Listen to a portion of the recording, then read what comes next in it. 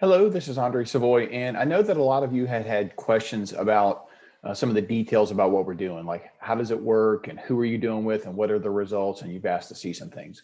So today what I wanted to do is just walk you through some things that we've been doing with clients in the jewelry space for a while and kind of how we shifted that with the Slinging Diamonds program and show you some of the results.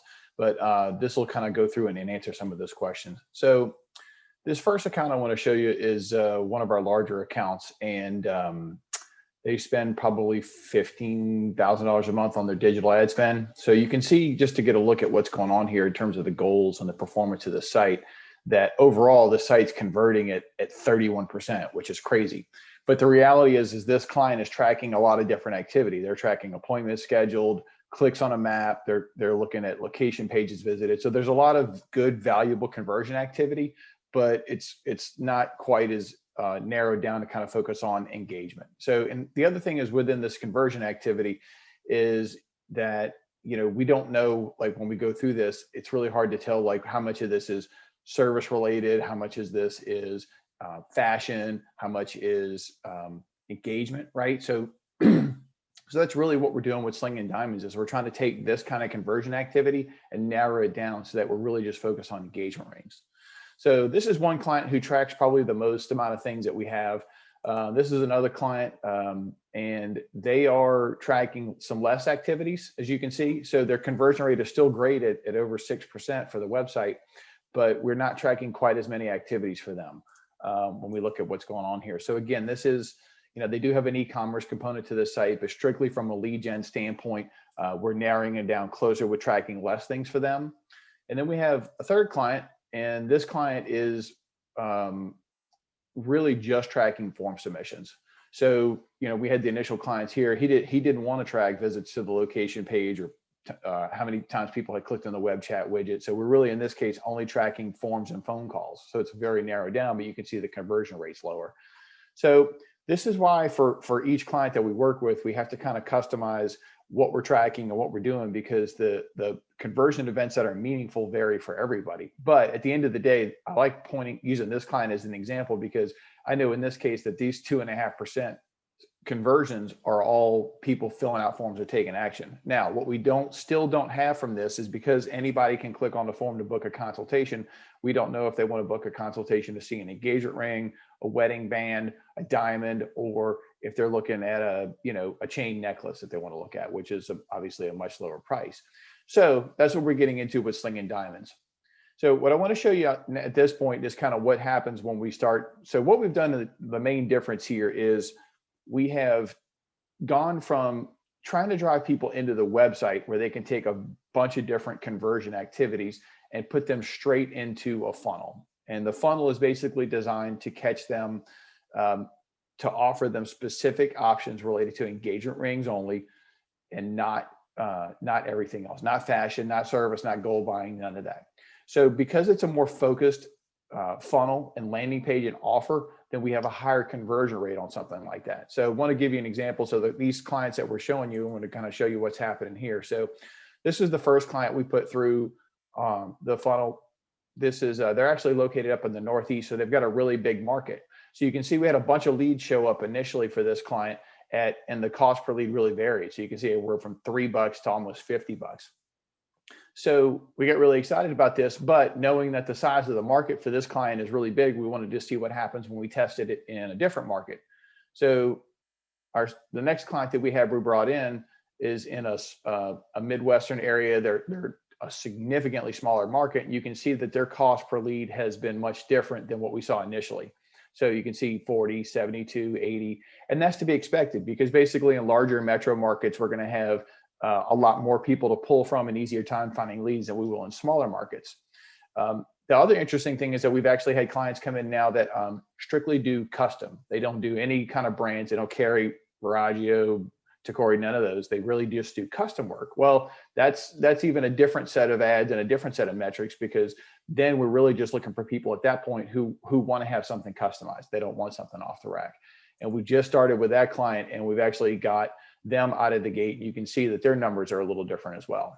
So really our job with Slinging Diamonds is not so much to try and promise leads at a certain amount, but to try and work in per your market where you're looking for, and bring those kind of leads in the door, whether that's, higher end leads in a luxury area, whether that's like a Midwestern town where you've got like sort of a lower average sale and maybe a lower population density, or even custom, where if it's all you do is custom and you want people who are coming and looking for that. We have campaigns and funnels all for those within the engagement space, but they all perform a little bit differently. And that's what we're working on. So once they come into the system, after they go through the initial funnel, we put them into a client management system. And the client management system basically keeps track of the client, as you can see here, like this is one client, and allows us to start texting and emailing those clients immediately. So like you can see in this case, client came in, Fred came in, we texted him immediately and he responded after kind of coming through there. We also are able to keep track of where we are with each of these through the CRM system here. As you can see which appointments need follow-up, which ones booked appointments, and then which ones actually checked in at the store, to kind of see what's happening here. So this will give you an idea of where you are with each of these clients. And then actually, like in this case, this is that new client that we mentioned that's just coming in for custom work only. And this is just in the first couple of days. Their campaign went live and they've already got a booked appointment and leads in the system. So in terms of lead time, things go very quickly once we get you onboarded.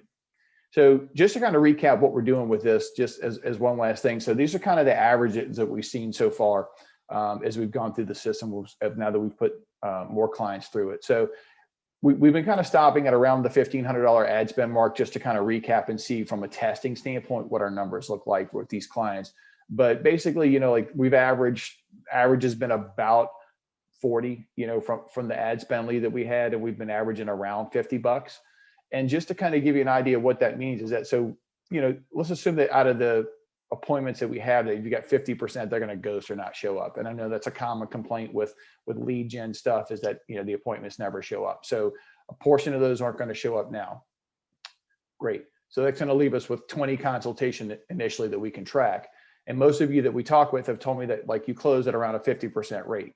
So if you close 50% out of that 20, then that's going to put you with, like, on average should be 10 new engagement ring sales. And again, if your average sales, like most of the jewelers we work with, it's around $5,000, that's 50,000 in revenue and 30,000 in net profit. But here's the reality. If we've booked in an average of 40 new people a month, the thing I can tell you over and over again with jewelers is that when we look at the goal conversion rates for these clients, over and over again, we see that organic search and Google Local produce the lion's share of conversions. So we know that because we've touched those clients early on, they've seen your name, they've gotten your emails, they've gotten your text, they've gotten your warm-up stuff, they've seen phone calls, that maybe they're not ready to buy today because they're coming in through either social media, through Google, but in the next month, 2 months, 3 months, 4 months, there's a very high chance that they go back and look at it, because this is very typical of what we see with clients, is that initial pass that we're working on here in the social media side doesn't always produce the conversion rate that you want, but boy, they do come back later. You can see like the organic search conversion rate on somebody like this, and then the local search rate is crazy. So what we are doing is filling your pipeline on the front end with leads, people who are in market looking for engagement rings. We're calling them on the phone once they finish the appointment to confirm that they wanted to book an appointment, to confirm their preferences. We are nurturing them with automation, with emails, with text, and we are putting them into a CRM system so that you can work them, and so that we can match them back later on. Because even if they can, we're going to have a percentage of them that convert immediately, but we're going to have a ton of them that come in down the road 30, 60, 90 days later, because over and over again, every client we work with, we see this local search option producing a ton of conversions. So just wanted to kind of walk through this with you. I hope this helps give you just a better feeling about what we're doing, about our experience in the jewelry space, and really kind of the uniqueness of this offer, because this is really something that hasn't been done before in the space. And that's why we created it, because we have worked with clients that wanted to narrow down the conversion activity to see what was driving engagement ring sales. And that's what we're doing here. So again, I hope this helps. This is Andre Savoy, and have a great day.